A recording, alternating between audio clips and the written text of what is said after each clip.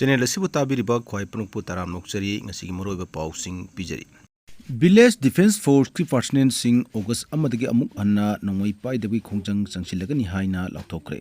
Kuki singi mayokta naga singna kaukiba matam kaktababan ngasidigi sathaba hokre nagagi lamkai manungda sugi kem thamba yaroi amadi lambida kuki singi maming thunjinba yaroi haina placard amadi kholaw kaya laukre. Manipur irang thokraba tungda drakki lambi Mizoram da oiri Mizoram gi champhai da lupa crore kuntra ga taruk henbagi mayai ka ba drug sabul ama phakre. Lamda masig sakna araba social political commentator amasu oiriba retired IPS officer P Sonamani ngasi masagi anaba amana maram oiraga sij hospital na laikidre mahang laikidabada lamdam asigi tongan ba civil society political leader amadi miyamna awaba phongdrogli. Misinformation hai tai. Masi Haugiba February ki tang taraga humdoida aikoi Manipurda PR thamgre PR si unlimited suspension oina thambani masi tha taru khuding sangtokadabani provisional constitution ja leirisi laiba August ki tang 39 tha taru ma pung phare sigi mamang da sarkar semang magadi makha thana sangtokpi provision leiroi rabuni adubu tarigumba khara aikoi gi sarkarna sinba thorong khara da khara thengdaba leibadagi aikoi hujupu sarkar se semphatri sengmuden torambadu aduna tha taru haugragadi masagi constitution piriba niyongi matungina tha taru ama sangtokpa sidi kakpa yadraba tawun thokpa mathawni masigi mamang sarkar semakpa yai madu sangto matang sarkar semakpa yai aduga dissolve tawdana sarkar se pura uthareni habi wafamdi so far aikoina khangba aikoina taba pawda dissolve tawba famdi sulai leitri karigumba sarkar se tang August ki tang 30 mamang semba taragadi phare semdagadi constitution na piba niyongi matungna tha taru sangtokpa si masantae sangto matungda amuk parliament gi house ani na madu amuk resolution na piraga madu ayaba piba du gi chana bidu leibana madu gi process se sathagini madumakna sarkar semaro haibo phum chungai lete sarkar sena process se hujik chathaduna leiri ngahak thengda bokai wagatani aduna mayam puna mangna misinformation leidana dissolve tawgrani sarkar susem semaro tha taruk semaro haina khalibadudi aranba wakhal oigani sarkar semnaba yam thasapa pawda leiri aduga August ki tang 30 mamang sem phatragadi semangam dragadi matam khara changdaw leragadi aikoi PR extension tawbajidi constitution piba niyomira sathaki adu khaktani to akhoi maknade haiba ngamde malamdi government gi central government policy ni but aikoina sum khangjabada Manipur government Manipurda Santi ma porakpa miyon praga thajahanba ngammi ngamgadori se lokhat mang khib khulai sing si pukhalakpa pura loi ngam phataba aduga aikoi national highways hangtokpa ngam phataba kanglup ani miyoy sing se punchal laga wari sabagi tharja khara tapthaba sina maram oigada haina khale adu natabada makoi gi sugi matang su issue ama laiba maramna hariba mayam si hek lo matamda sarkar solution semgani sarkar sembasina khara tapthagada oitardi extension se masana tabari aduga dissolve tawgani sarkar sude lero help from dumadi madudi langani na dum sentoksa July kunthra ka mathoi phawbada lengak mathau taba thabak thorom sing paikalaktrabadi thangnaba numit haibadi August amadagi khulai thadoktana khongjang changsinaba chem saba loire haina All Manipur Village Defense Force BDF Employee Welfare Association na pungdokre paumi sing unaba amada association asigi Central Committee ki President SI Sanjit Singan Hai me taraga tareta state lengana thajaba pirakhibadagi association asina changkhilamba khongjang sing handokhibani tha ani phau manungda mathau taba thabak thorom punamak paikhatkini haina thajaba pikraga haujik phauba matik saba thorang amata lokhalaktre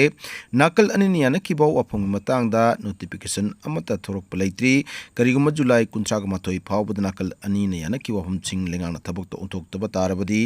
thangnaba numit haibadi August amadagi khulai thadok tana khongjang ching changsin ba hawragani BDF personnel की association asin taliba maroiba demand singdi police act 1964 की section 12 mapung phana chanhanba BDF personnel singi service regularize tawba amasung ate uniform personnel singa sab manaba mongda mathau tawriba BDF personnel singda medical support leave amadi retirement provision singba khudong sab sing phangedabani high pofam sing yauri karigumba state lenga July 13 की mamangda matik sab thorang lokolaktrabadi thangnaba nimit ki ayu angan bedagi hauraga BDF personnel punamak kulai thadokna khongjang sangchin bagi phirep lawrgani haina पाव इंफम अदुदा फोंदोकी cookie सिंगी मायोक्ता Manipur की नागा सिंह कौखिबा मतम कक्तबा बन ngasiदगी चथबा हौख्रे बन हौख्रबसु India लेंगा की माइकैदगी हौजिक फावबा करिगुम वाफम अमत फोंदोरप लैत्रि ngasi ayu angan medagi hauraga kangpokpi district ki manung sana leiba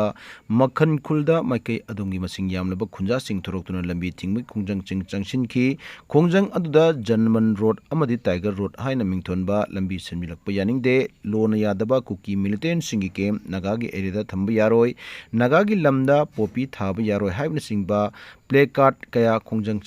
changsin kiba sing aduna sijinaki ngasi sangsin kiba khongjang aduda core committee on relief and rehabilitation Ziliarong Union Eastern Liangmai Sip Association MNYO Paumai Union Yellow Group asin singba lupaya gi thomi sing saruk yaki khongjang aduga mari lenana paumi singda wangala duna Manipur Naga Youth Organization gi president Athong Kaidang na hai mehorol dagi hauna naga singi oina lejaklaba lamgi sar asida German Road Tiger Road haibna singba kuki lalauba singi leader singi maming laurga lambi senbi lakpa haibasi mafam asigi naga khaktanatana Manipur gi mafam punamakta leiriba miyamda singnarakpani asigumba loniyadaba kuki sing asigi kem naga singi lamda thamba yaroi lenona militant sing asibu thakliba popi thabagi thabak asi naga ki lamkhai manungda chathaba yaroi ngasigi makhanna sangsilakiba khongjang asi maikai asomda khundariba naga sing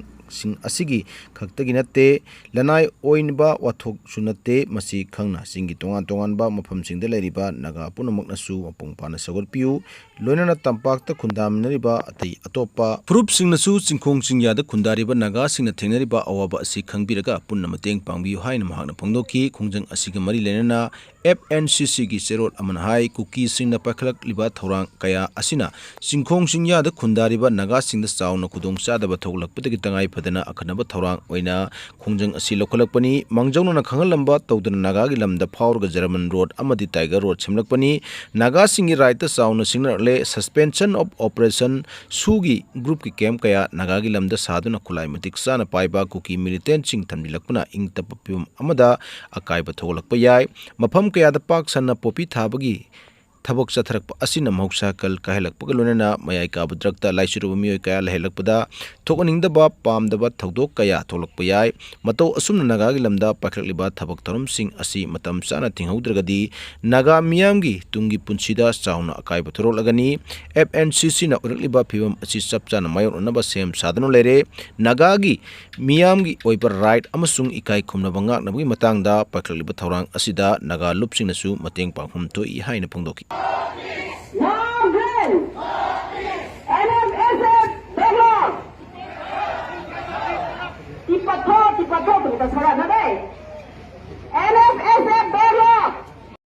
सांगलबा सही कया अमा golden triangle दगी पुसिलकपा मयाई कारब drug सिंग India की मयो lambda यौकिनबगी लंबी Manipur ओइरमलबसु हौजी हौजिक थोकलिबा मिटै अमसुंग cookie की हन्ना सुनबगी लान असिना मरम ओइरगा ड्रग पुथोक पुसिन तबगी लंबी असि मिजोराम माइकैद होंख्रे मिजोरामदा हौजिकति मयाई काब ड्रग पुथोक पुसिन तबगी ख्वाइदगी मरु ओइबा लंबी ओइरकले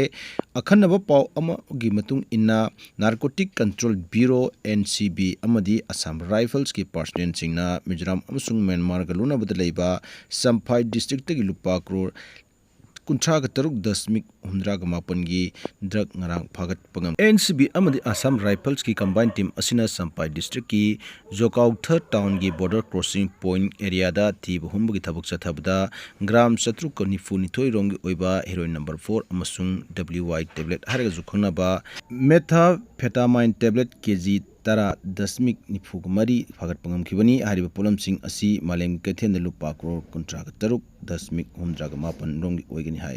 Matam kuina Nagaland lengaki senior IPS officer ama thau oina thau puramlaba Thangoiban Hijam Jawan Lekai Potsangbam Sonamani Sahi Marfu Humdoi Masagi Anab amana maram oiduna ngasi nungtil pung 3:30 tarakpa matamda Langol da leiba Siza Hospital da leikidre masagi anab amana maram oiduna operation chingba pangthoklaba matungda hospital asida makhatana laikan aduna lerakibani masagi pibam phagalaktabadagi ngasi nungtin ikhang khauduna leikidabani leikidraba asigi loinabi machanupi ani amasung machanupa ama manau ama lehauri senior SP oina pam purammadagi thabaktagi pothara matungda social political commentator amo oina lamdam asigda leiriba TV channel sing amadi ipau nainabagi thorom kayada saruk yaduna matam matamgi oiba lebaki isu kayada masagi oiba comment kaya piduna saruk yaraki mahakna hinglegi matamda manipurgi apungi saktam kaidanaba manipur puna leminanaba purup kanupki nusi sanana leminanabagi damakta achobu thodang lokibimioni leikidraba asina Nagaland senior SP oina thau puringi matamda Nagaland da leiriba lamdam adomgi Singna mahakki phibam phagatnaba singthaningai oiba thabak tharum kaya lorumgi damakta su mahakpu singthanari